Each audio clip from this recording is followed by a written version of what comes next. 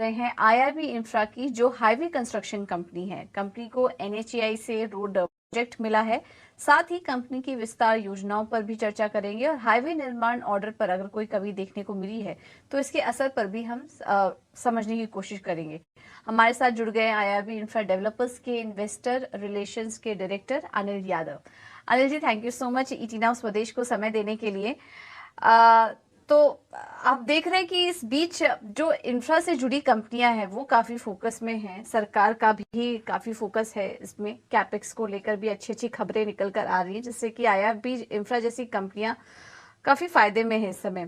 तो आपसे समझना चाहेंगे कि हाल फिलहाल किस तरह की ग्रोथ देखी आपने अपने ऑर्डर बुक्स में, और आगे कौन कौन से इंपॉर्टेंट ऑर्डर्स पर नजर है आपकी।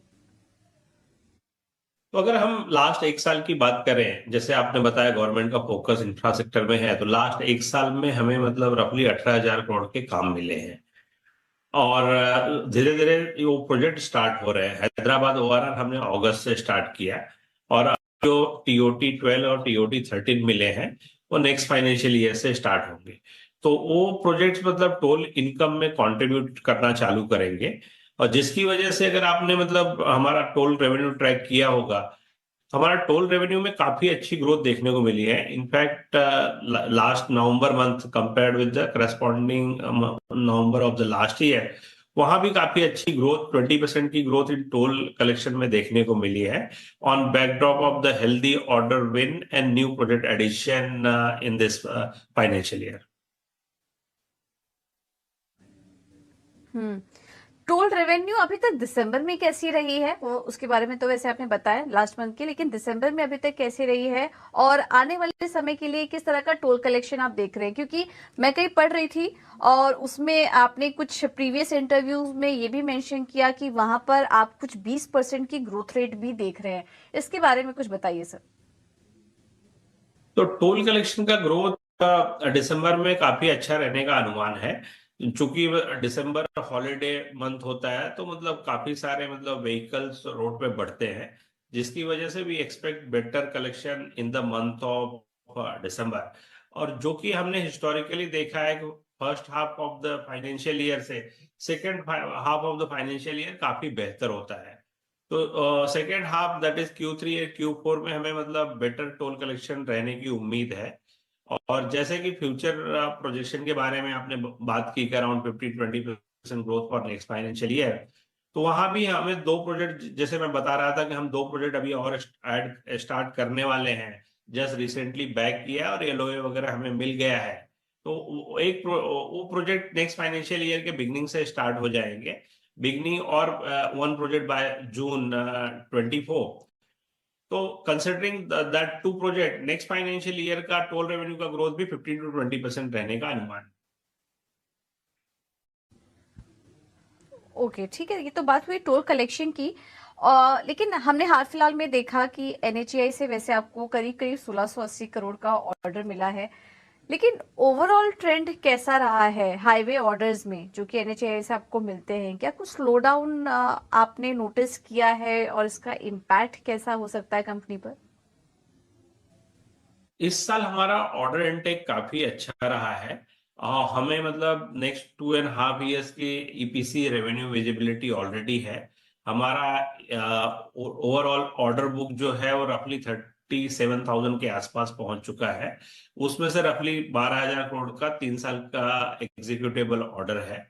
तो that will take care of our EPC business. तो हमारा ऑर्डर इनटेक काफी अच्छा रहा है। But as you rightly mention, इस साल अवार्ड एक्टिविटी ओवरऑल ईपीसी और हैम में प्रोजेक्ट कम अवार्ड हुए हैं। बट हम मेनली बीओटी और टीओटी बिजनेस में ज्यादा कॉन्सेंट्रेट करते हैं, और हमें मतलब इस साल 18,000 करोड़ के काम मिले हैं। और आगे जब भी मतलब इनफैक्ट मतलब गवर्नमेंट का जो पुश है बीओटी के लिए और टीओटी के लिए आगे बढ़ने वाला है, जो कि बीओटी 5 से 10% पहले हुआ करता था। इस बार जो मतलब प्रोजेक्ट पाइपलाइन है, रफली 80,000 करोड़ के काम जो प्रायोरिटी लिस्ट में है, उसमें से रफली 40,000 करोड़ के काम बीओटी पे आने वाले हैं। तो 5 से 10% से के अगेंस्ट अभी वो 45 to 50% बीओटी पे प्रोजेक्ट आने वाले हैं, which is quite positive for any developer in the country.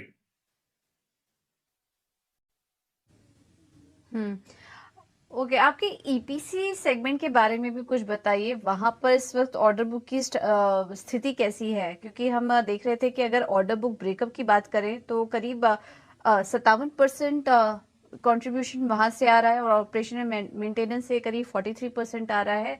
यहाँ पर कुछ गलती हो तो आप हमें करेक्ट कर सकते हैं। लेकिन ईपीसी की स्थिति कैसी है वो हम समझना चाहेंगे, और क्या इस ऑर्डर ब्रेकअप में आने वाले समय में पोर्टफोलियो में क्या हम कुछ बदलाव देखेंगे?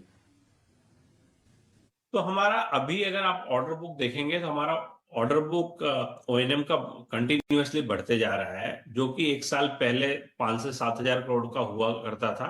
अभी हमारा ओएनएम ऑर्डर बुक रफली 25 हजार करोड़ से ऊपर का हो गया है। दो ओएनएम ऑर्डर बुक की विजिबिलिटी 15 से 20 साल की visibility O&M order book provide करता है। तो स्लोली स्लोली हमारा जो ईपीसी का ब्रेकअप है, जो एग्जीक्यूटेबल ब्रेकअप है, उसमें से रफली 15 to 20% ओएनएम एग्जीक्यूशन है, बैलेंस ईपीसी एग्जीक्यूशन है। तो हमें मतलब अगर नेक्स्ट 3 साल का एग्जीक्यूटेबल ऑर्डर बुक देखेंगे तो रफली 12 हजार करोड़ के आसपास का ऑर्डर बुक एग्जीक्यूट होगा नेक्स्ट 3 साल में। और गोइंग फॉरवर्ड हमारा ओएनएम का ऑर्डर बुक इंक्रीज होते जाएगा, जो एक स्टेबिलिटी प्रोवाइड करता है मतलब फ्यूचर ऑर्डर्स के बारे में। बिकॉज ईपीसी का जो ऑर्डर बुक होता है 2 से 2.5 साल से ज्यादा नहीं हो सकता, बट ओएनएम का आपका ऑर्डर बुक 15 से 20 साल का हो सकता है, तो जो ज्यादा विजिबिलिटी प्रोवाइड करता है और ओएनएम में मार्जिन भी बेटर होते हैं। अगर आप चैनल पर पहली बार आ रहे हैं तो ज़रूर चैनल को सब्सक्राइब करके बेल आइकन प्रेस कर लो, ताकि आने वाली जितनी भी अपडेट्स हैं सभी कंपनी से रिलेटेड उसका नोटिफिकेशंस आपको सबसे पहले मिल सके।